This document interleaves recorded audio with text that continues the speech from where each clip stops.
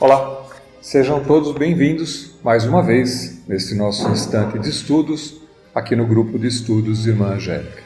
Estamos estudando o Livro dos Espíritos, no livro 3 das Leis Morais, capítulo 1 da Lei Divina ou Natural. Estamos falando sobre o tema Conhecimento da Lei Natural. É uma continuação desse tema. Estamos na pergunta número 626. Pergunta 626 diz assim: só por Jesus foram reveladas as leis divinas e naturais? Antes do seu aparecimento, o conhecimento dessas leis, só por intuição os homens a tiveram? E a resposta: já não dissemos que elas estão escritas por toda parte? Desde séculos mais longínquos, todos os que meditaram sobre a sabedoria hão podido compreendê-las e ensiná-las, pelos ensinos, mesmo os incompletos, que espalharam, prepararam o terreno para receber a semente. Estando as leis divinas escritas no livro da natureza, possível foi ao homem conhecê-las, logo que as quis procurar. Por isso é que os preceitos que consagram foram desde todos os tempos proclamados pelos homens de bem. E também por isso é que os elementos delas se encontram, se bem que incompletos ou adulterados pela ignorância, na doutrina moral de todos os povos saídos da barbárie. A questão que se apresenta aqui é que, da maneira como é formulada, só por Jesus foram reveladas as leis naturais, dá a impressão que as leis naturais até então eram ocultas, não eram disponíveis para a humanidade. O que Jesus fez foi, dado o seu conhecimento, a sua sabedoria, traduzir essas leis naturais de maneira mais objetiva. Desde sempre, essas leis estiveram, por serem a consequência ou definirem como é que o universo funciona, estavam disponíveis para que todo mundo que parasse e observasse conseguisse compreendê-las. A gente teve todos os grandes nomes que passaram pela Terra e que trouxeram esse relacionamento da divindade com o ser encarnado, sempre tiveram essa característica de serem tradutores das leis naturais ou divinas. Todos aqueles princípios que estão impressos nas grandes filosofias são, na realidade, um espelhamento ou uma tradução, um entendimento a respeito das leis naturais que eram colocadas de uma maneira mais prática para que as pessoas pudessem compreendê-las. Já que, mesmo a compreensão dessas leis estava limitada àqueles que a buscam, que a procuram, a gente também implica nisso que aqueles que a traduzem, por serem ainda imperfeitos, por terem um dado grau de evolução, conseguem compreendê-las num determinado nível, até uma determinada profundidade. Então, quanto mais simples as almas, esses espíritos que se dedicam a compreender as leis naturais, mais simples serão a compreensão que eles terão dessas leis. Então, à medida que a gente avança como humanidade, que a gente avança como espíritos, que a gente evolui, a gente começa, e por ter uma capacidade, por desenvolver uma capacidade melhor de raciocínio, a gente consegue também aprofundar na compreensão dessas leis. Então, tudo que a gente tem de impresso ou de escrito das leis naturais, traduzidas através dos preceitos das grandes religiões e também das ciências, à medida que a ciência avança e quando ela investiga os fenômenos da natureza, ela nada mais está fazendo que tentando traduzir as leis naturais de uma maneira mais palpável ou que seja mais demonstrada, que fique estabelecidos certos parâmetros.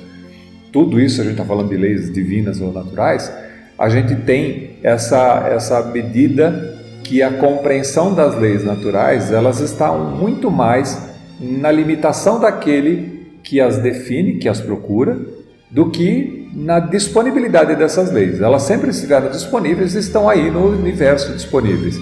Estão colocadas na nossa consciência, como a gente já viu, como sendo o grande instrumento através do qual a gente acessa essas leis naturais. Então nem é necessário que a gente leia os livros, os grandes livros das religiões, se a gente buscá-las dentro de nós mesmos, no nosso conhecimento da consciência. Para isso, como a gente também já disse em outra parte, é necessário que a gente cale o barulho externo e que a gente vá buscar esse conhecimento na nossa consciência através do silêncio interior. Se a gente aquieta as interferências externas e busca no nosso íntimo, a gente tem impresso essa questão da consciência do que é certo, do que é errado, do que deveríamos ou não deveríamos fazer. Mas para isso é necessário que a gente se aquiete para poder fazer essa compreensão. Continuando então, pergunta número 627, que diz assim: uma vez que Jesus ensinou as verdadeiras leis de Deus, qual a utilidade do ensino que os Espíritos dão? Terão que nos ensinar mais alguma coisa? E a resposta: Jesus empregava a miúde em sua linguagem alegorias e parábolas, porque falava de conformidade com os tempos e os lugares. Faz-se mister agora que a verdade se torne inteligível para todo mundo. Muito necessário é que as leis sejam explicadas e desenvolvidas.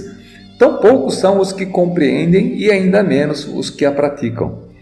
A nossa missão consiste em abrir os olhos e os ouvidos a todos, confundindo os orgulhosos e desmascarando os hipócritas, os que vestem a capa da virtude e da religião a fim de ocultarem suas torpezas.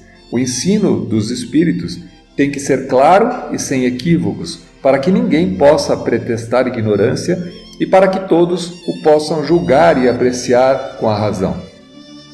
Estamos incumbidos de preparar o reino do bem que Jesus anunciou. Daí a necessidade de que a ninguém seja possível interpretar a lei de Deus ao sabor de suas paixões, sem falsear o sentido de uma lei toda de amor e de caridade.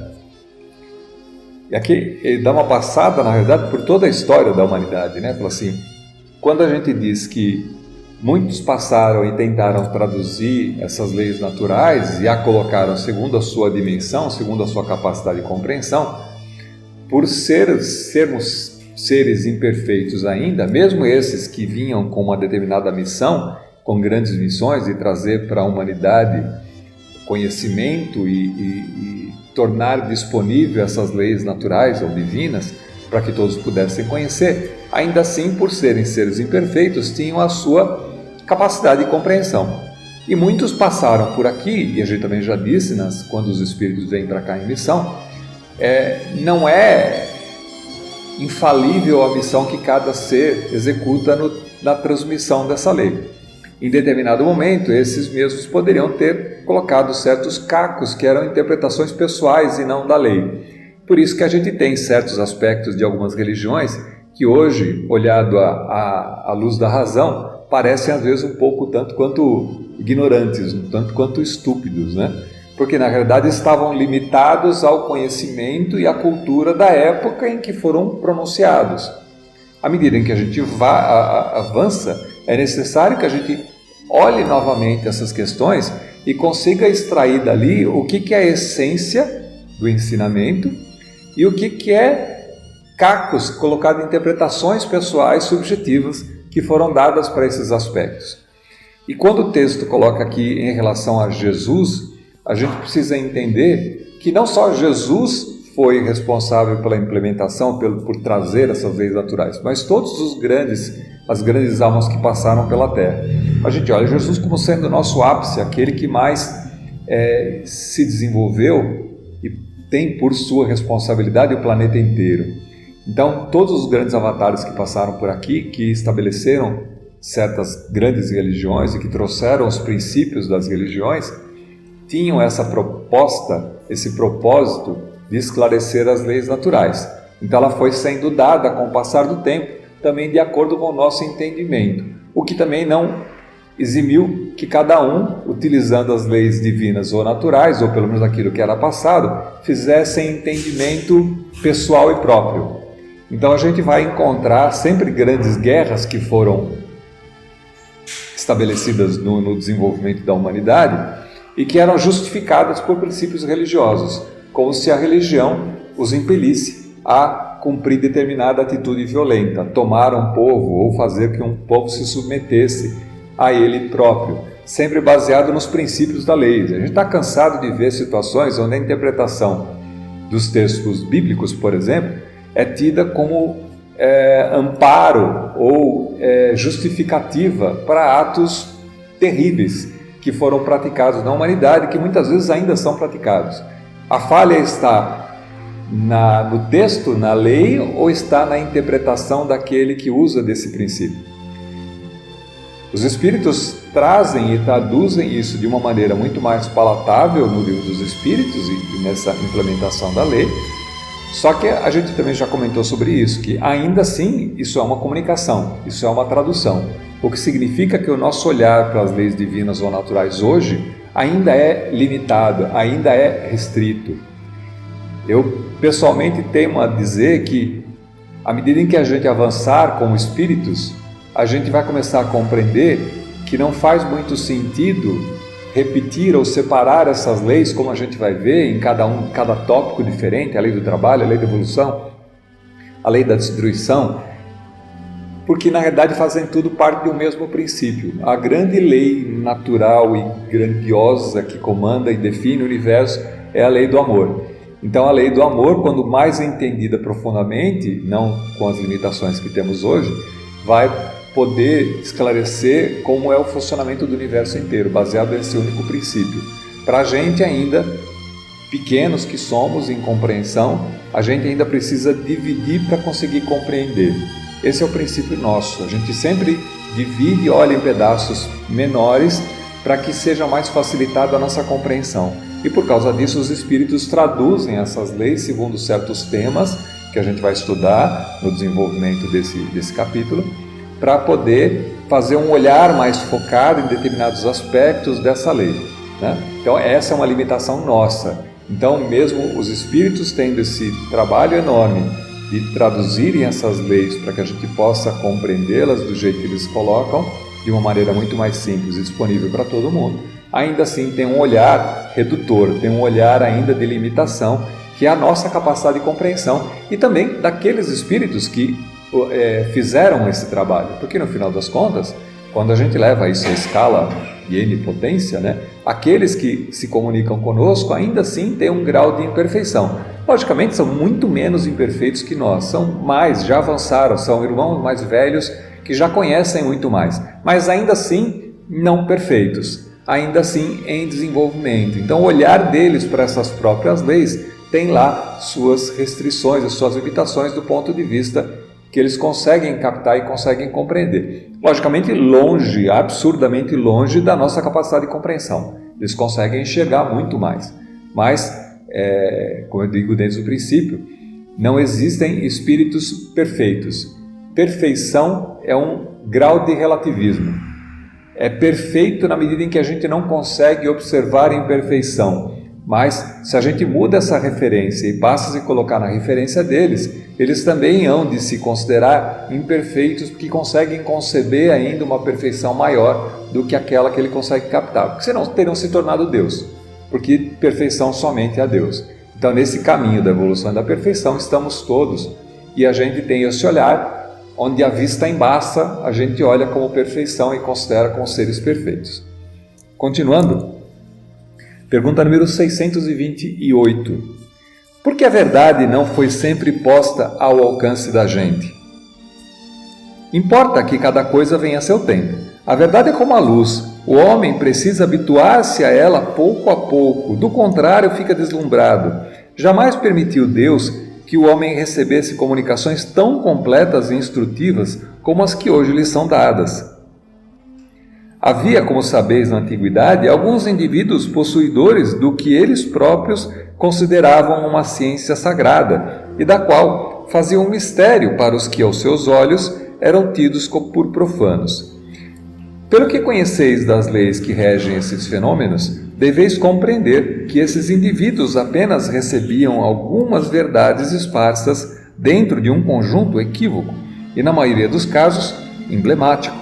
Entretanto, para o estudioso, não há nenhum sistema antigo de filosofia, nenhuma tradição, nenhuma religião que seja desprezível, pois em tudo há germes de grandes verdades que, se bem pareçam contraditórias entre si, dispersas que se acham em meio de acessórios sem fundamento, facilmente coordenáveis, se vos apresentam graças à explicação do Espiritismo, que dá uma imensidade de coisas que até agora se vos afiguravam sem razão alguma e cuja realidade está hoje irrecusavelmente demonstrada.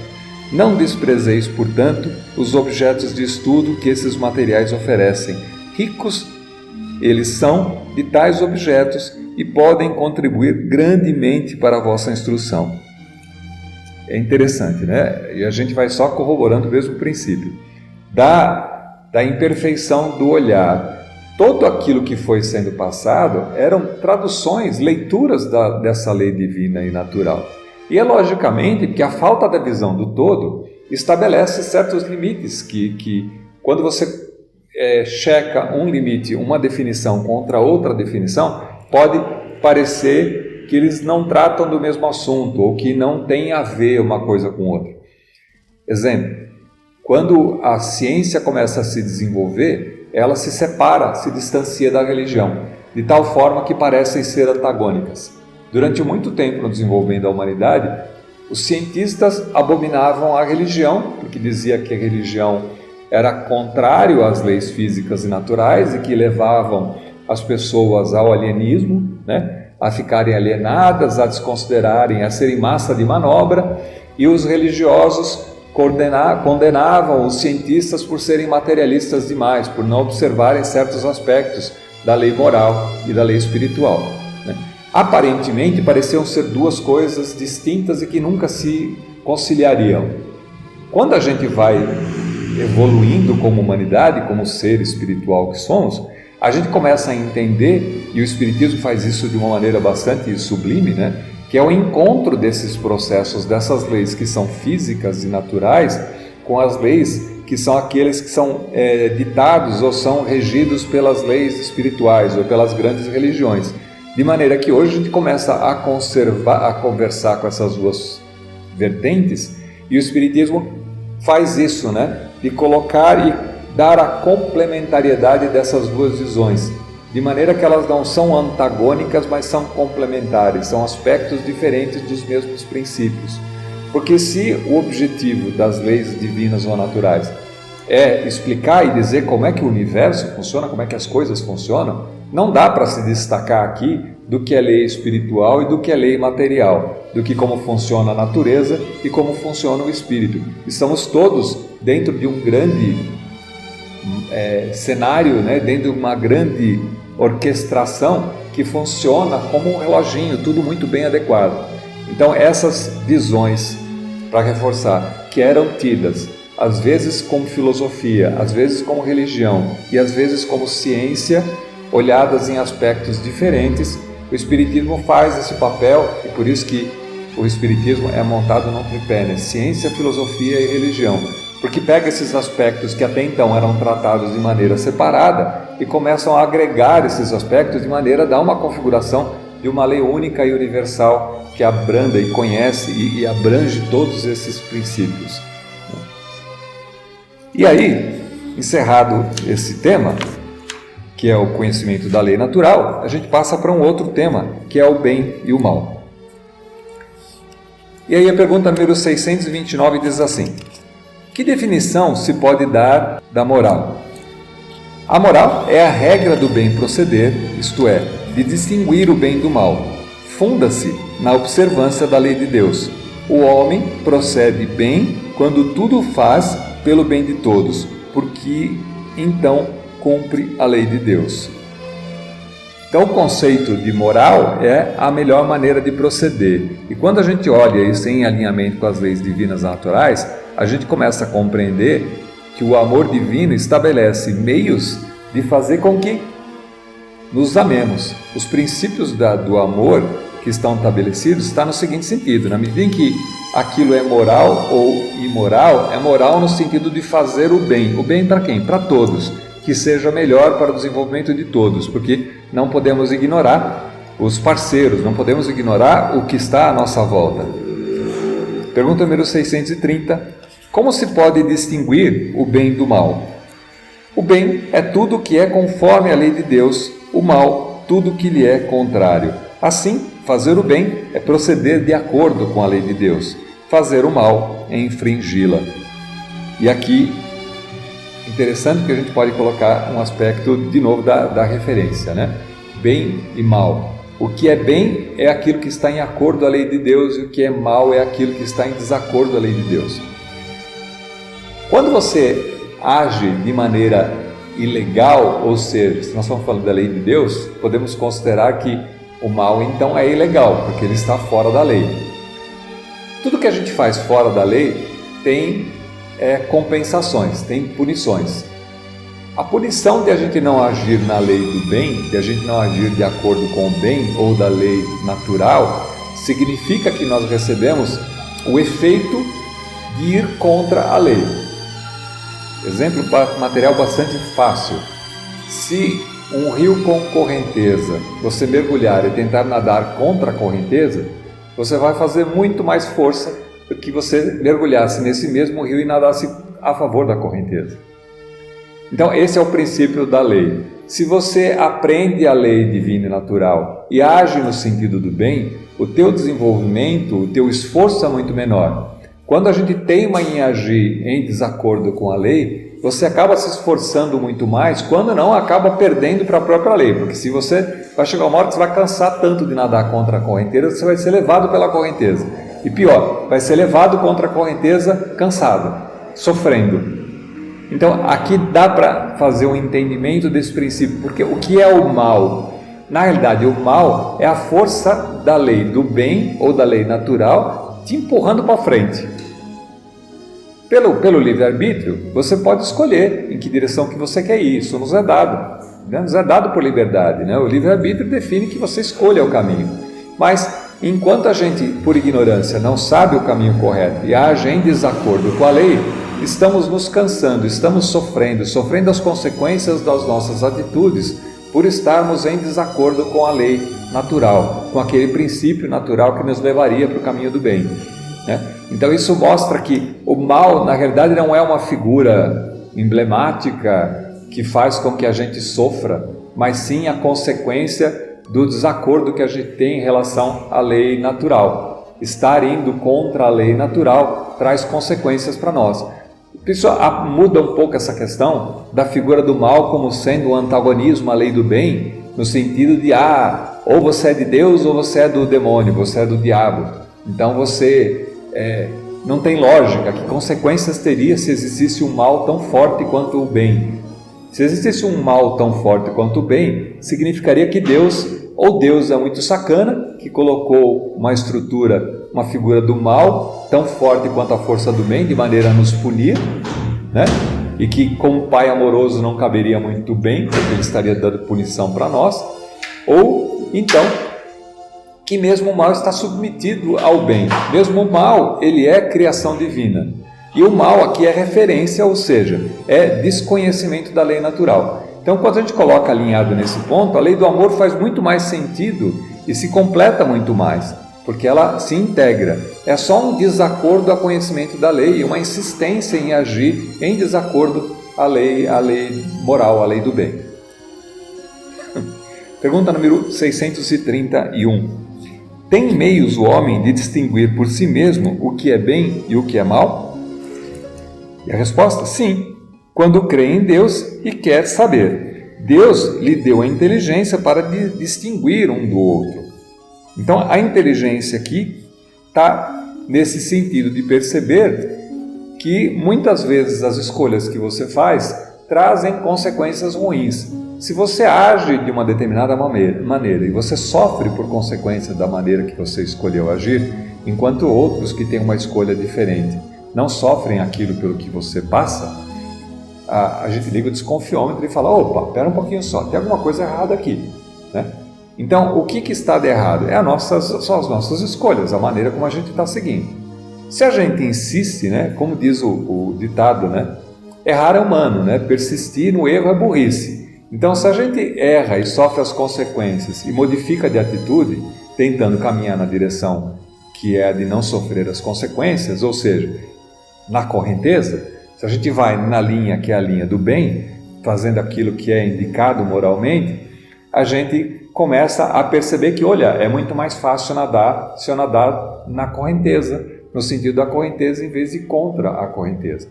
Você, mas é uma figura bastante fácil. Eu posso não chegar exatamente no mesmo ponto que eu imaginava do outro lado do rio. Eu posso ter que mudar o meu percurso e de repente chegar um pouquinho mais para baixo no outro lado da margem.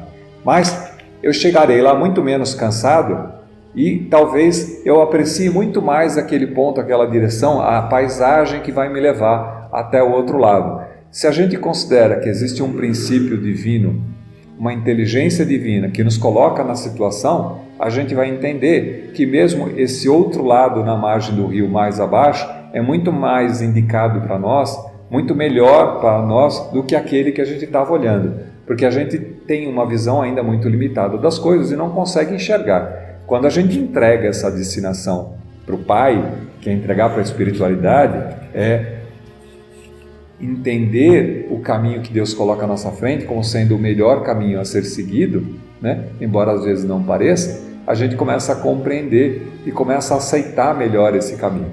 Mas, de novo, nos é dado o livre-arbítrio para que a gente não seja autômato, para que a gente não faça...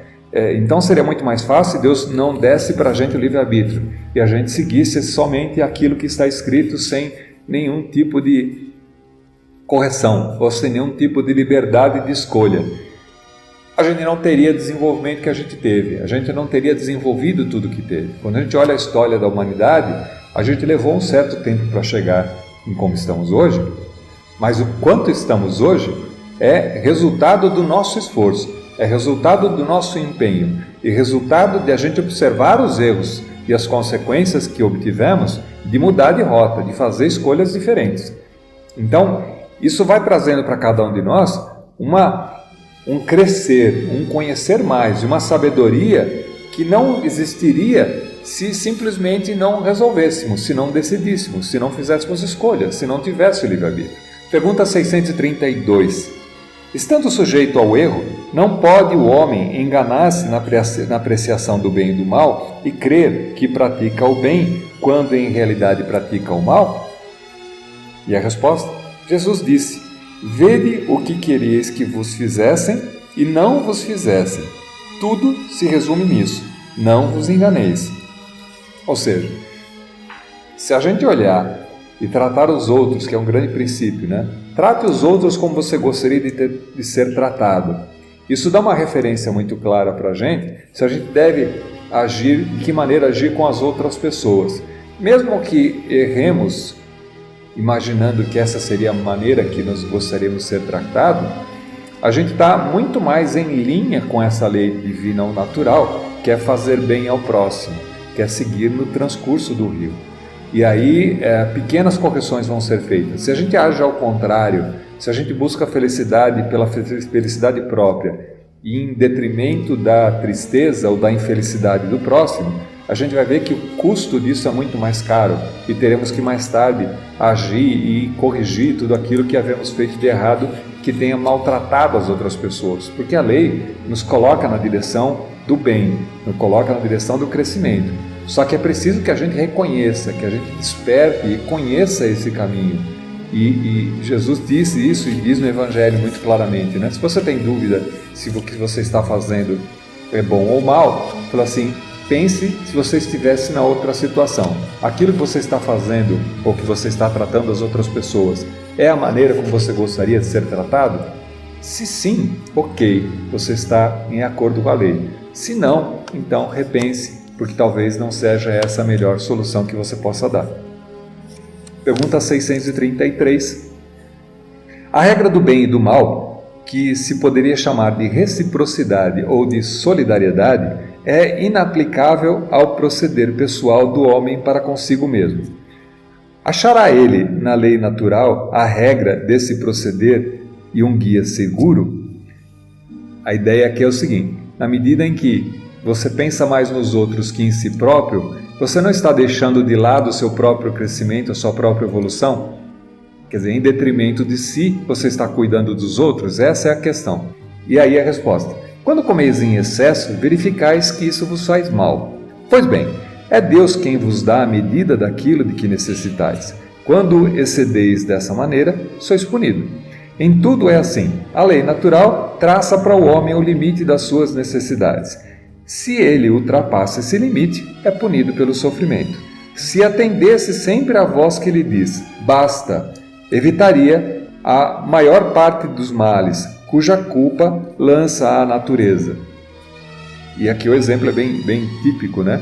Se você come demais uma comida que é muito gostosa, você se empanturra e come, aquela comida é gostosa, é boa e te faz bem, porque você sente prazer em comer. Só que quando você se excede nessa comida boa e gostosa, o teu próprio organismo acaba trazendo consequências de maneira que te traz dores, te traz doença, pode te trazer descompensações. Então, essa é a ideia. É somente o suficiente. Não se diz aqui, e mesmo na lei da solidariedade ou da reciprocidade, de cuidar do outro, não se está dizendo de se abandonar o cuidado de si próprio, mas sim de saber repartir. Quando a gente reparte, significa que nós ficamos com uma parte.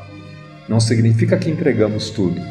Então esse é o princípio. Se a gente souber dividir, pensar nos outros como estivesse pensando em si próprio, de maneira que eu possa, aquilo que me chega à mão, eu possa distribuir, compartilhar com os demais, a gente em conjunto começa a caminhar muito mais rápido, muito melhor. Pergunta número 634. Por que está o mal na natureza das coisas? Fala do mal moral. Não podia Deus ter criado a humanidade em melhores condições? E a resposta? Já te dissemos. Os espíritos foram criados simples e ignorantes. Está na pergunta 115 do Livro dos Espíritos. Deus deixa que o homem escolha o caminho. Tanto pior para ele se toma o caminho mau. Mais longa será sua peregrinação. Se não existissem montanhas, não compreenderia o homem que se pode subir e descer. Se não existissem rochas, não compreenderia que há corpos duros. É preciso que o espírito ganhe experiência e é preciso, portanto, que conheça o bem e o mal. Eis o que se une ao corpo. Está na pergunta 119. Como o espírito foi criado simples e ignorante, ele tem tudo a aprender. E o aprendizado vai se dar na medida da experimentação. A gente vai experimentando, tentando fazer as coisas, com isso a gente aprende. Com isso a ciência se desenvolve. O nosso intelecto se desenvolve na medida em que a gente tenta fazer, erra e conserta, e pergunta para alguém, e aprende com outra pessoa, e aprende com os livros. Isso vai trazendo para a gente, através de um esforço, que é um esforço pessoal, individual, conhecimento, sabedoria.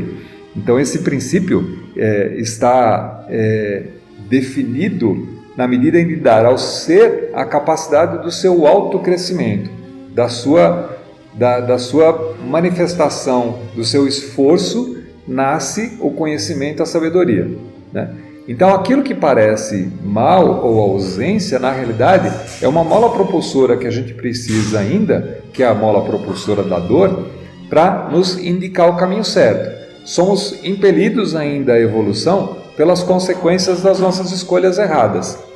Num determinado momento da nossa evolução, começaremos a aprender que não são necessárias escolhas erradas para a gente possa evoluir, se a gente considerar tudo que é nos dado de benefício, tudo que é nos colocado à mão como ferramenta para a nossa evolução. Se escutássemos as grandes verdades que estão nos livros sagrados, não teríamos sofrido tanto para chegar até aqui.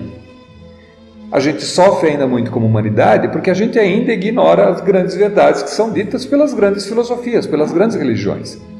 Não há nada que não tenha sido colocado no Evangelho, por exemplo, e que, se seguido à risca, nos traria como uma evolução mais rápida. Agora, o quanto do Evangelho é aplicado, e vamos considerar só o mundo ocidental, que é quem tem mais influência do Evangelho, né?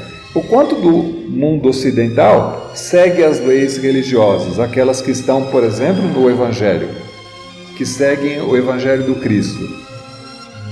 Agora, por que isso não acontece assim? Porque ainda teimamos, insistimos ainda em não acatar aquelas orientações. Pela nossa teimosia, pela nossa infantilidade espiritual, ainda somos crianças, ainda mimosas e teimosas, que queremos insistir e achar que dá muito trabalho ser humilde e amar ao próximo, então é melhor eu cuidar de mim mesmo. Se eu não cuidar de mim mesmo, ninguém vai cuidar. Então, à medida em que a gente age nesse sentido, a gente sofre as consequências disso, né? Mas por isso que é importante que esse mecanismo nos faça sofrer para aprender a modificar a rota. Na medida em que o sofrimento traz para a gente um reconhecimento de que aquela rota não está bom, que aquelas ações que fizemos não trouxeram boas consequências, a gente passa a tentar e buscar rotas diferentes, caminhos diferentes. É por isso que esse mecanismo existe. Não porque Deus queira que nós soframos para o nosso desenvolvimento. Ele quer que a gente seja feliz, que a gente cresça, que a gente se torne grandinho, sábio, que a gente se torne capaz, competente e que ajude mesmo no processo da criação. Pergunta número 635. Das diferentes posições sociais nascem necessidades que não são idênticas para todos os homens. Não parece poder inferir-se daí que a lei natural não constitui regra uniforme? Ou seja, a lei natural serve para uns, mas para outros não? E a resposta: essas diferentes disposições são da natureza das coisas e conformes à lei do progresso. Isso não infirma a unidade da lei natural que se aplica a tudo. As condições de existência do homem mudam de acordo com os tempos e os lugares, do que lhe resultam necessidades diferentes e posições sociais apropriadas a essas necessidades. Pois que está na ordem das coisas, tal diversidade é conforme a lei de Deus, lei que não deixa de ser una quanto ao seu princípio. A razão cabe distinguir as necessidades reais das fictícias ou convencionais.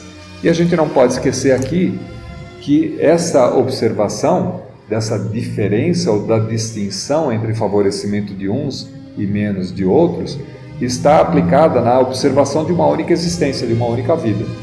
Com o olhar dispensando o conceito da reencarnação e da imortalidade da alma, se considerarmos somente essa existência, a gente não vai conseguir entender a justiça divina. Quando a gente estende isso e consegue considerar a imortalidade da alma e as várias experiências que o espírito tem na sua existência, a gente começa a entender que essa riqueza de experiências, uma vez pobre, outra vez rico, uma vez melhor, numa situação melhor, outra vez numa situação pior, vai trazendo uma diversidade de situações que essa experimentação vai trazendo para a gente o conceito e o conhecimento das coisas. É através dessas várias existências em posições diferentes que o espírito cresce.